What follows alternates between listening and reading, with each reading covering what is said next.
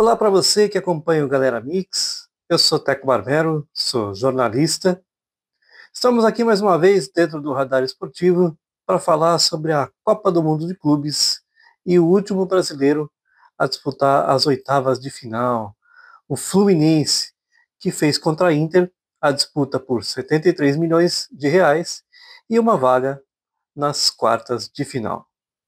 Mas antes, convido você a se inscrever aqui no nosso canal, deixar o like aqui nesse vídeo e acompanhar todos os conteúdos lá no site do Galera Mix e nas outras mídias.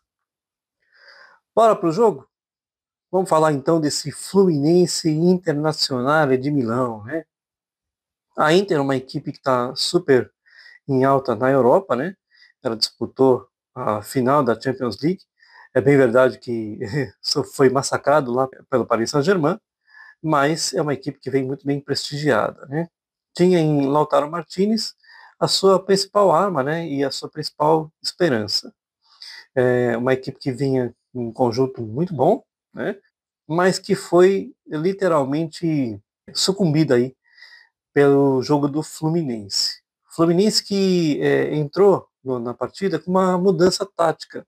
Renato Gaúcho optou por jogar com 3 zagueiros, coisa que não é costume dele.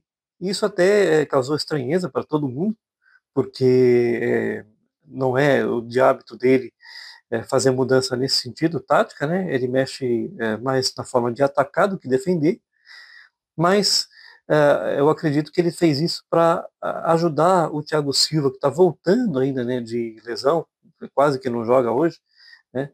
Se recuperou mais rápido do que a gente esperava, para ele não ficar sobrecarregado, marcar o Lautaro Martinez e usar os outros atacantes da Inter, né? E isso deu resultado. Não que isso tenha sido determinante para o resultado do jogo. O que foi determinante para o resultado do jogo foi a postura que o Fluminense teve durante toda a partida. Logo aos 3 minutos, numa jogada criada na lateral, a bola para o John Arias, que cruzou para dentro da área e a zaga da Inter falha. E o Germancano, né, o artilheiro do Fluminense, que também não está na sua melhor forma, estava contundido, é, não aguenta ainda 90 minutos.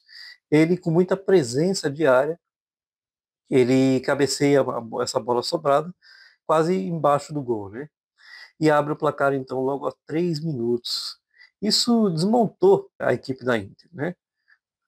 É uma equipe que não conseguiu pressionar como se esperava, né?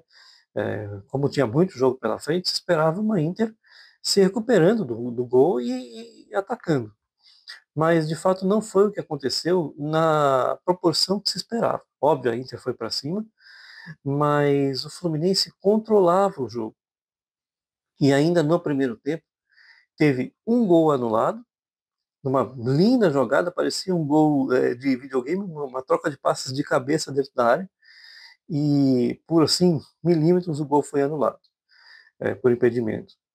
E teve uma outra chance clara, num chute de fora da área, que o goleiro da Inter rebate, e o jogador do Fluminense perde assim um gol incrível, ele chuta para fora, e assim termina então o primeiro tempo 1-0 Fluminense, que poderia ter sido 3-0 com tranquilidade.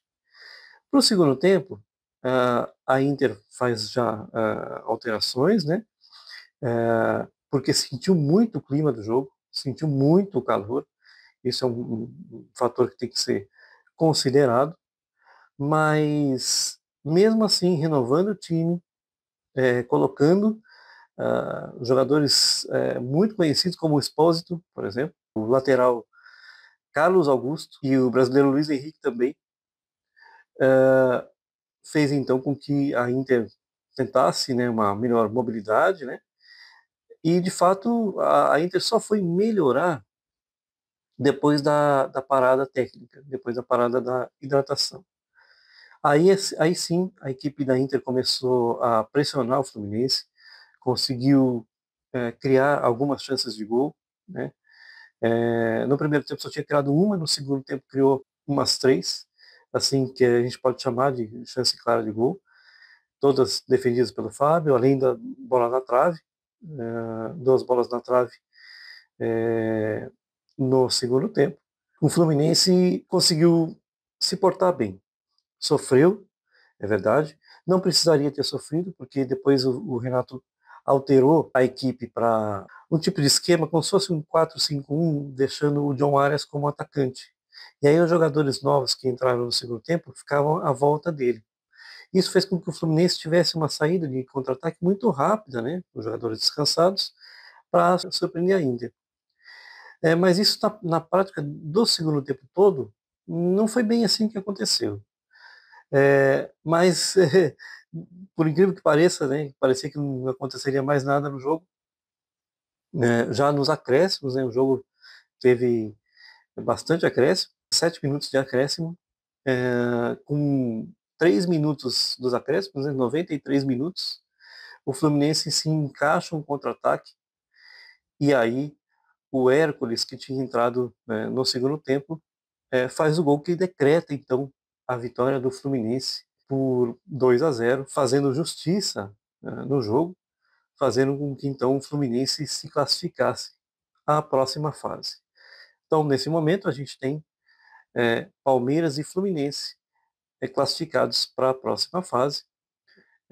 Vamos ver quem vai ser o adversário do Fluminense, que vai sair do jogo do Al Hilal contra o Manchester City. Até o momento que a gente grava esse vídeo aqui, o jogo não aconteceu, mas eu acredito muito na vitória do Manchester City, embora o Al Hilal seja um bom time, né? Mas os times sauditas e árabes aí não conseguiram demonstrar um futebol que você possa confiar, mesmo com as estrelas que tem, para passar a próxima fase. Então, eu acredito num jogo entre Fluminense e Manchester City. E aí, projetando esse jogo, aí fica muito difícil, né, não colocar o Manchester City como favorito, pelo treinador que tem, pelo tipo de jogo que faz e pela equipe que tem. Pode dar jogo para o Fluminense? Pode. Aí sim o Fluminense vai precisar, como nunca, de John Arias, vai precisar de Hermancano, né? Vai precisar de um meio-campo que consiga fazer essa transição com uma qualidade melhor, né? Porque vai encontrar um outro time que pressiona muito, assim como o Bayern de Munique fez contra o Flamengo, o Manchester City vai fazer contra o Fluminense. Então, eu acredito que talvez o Renato mantenha essa linha de 3 zagueiros, esperando a equipe do City chegar, e vai jogar nos contra-ataques com precisão para tentar ganhar a partida. Se for o Al Hilal, já é uma equipe que joga mais aberta, uma equipe que joga um futebol um pouco mais corrido, e não tanto de toque de bola como faz o City, mas aí eu acredito que o Fluminense não veio com 3 zagueiros, e sim aí já com uma formação mais pró-ataque, né? Povoando o meio campo para fazer com que a bola chegue aos 2 atacantes aí que decidem as partidas para o Fluminense. Então é isso, pessoal. Obrigado mais uma vez por estarem com a gente. Espero que tenham gostado desse vídeo. Um abraço e até a próxima.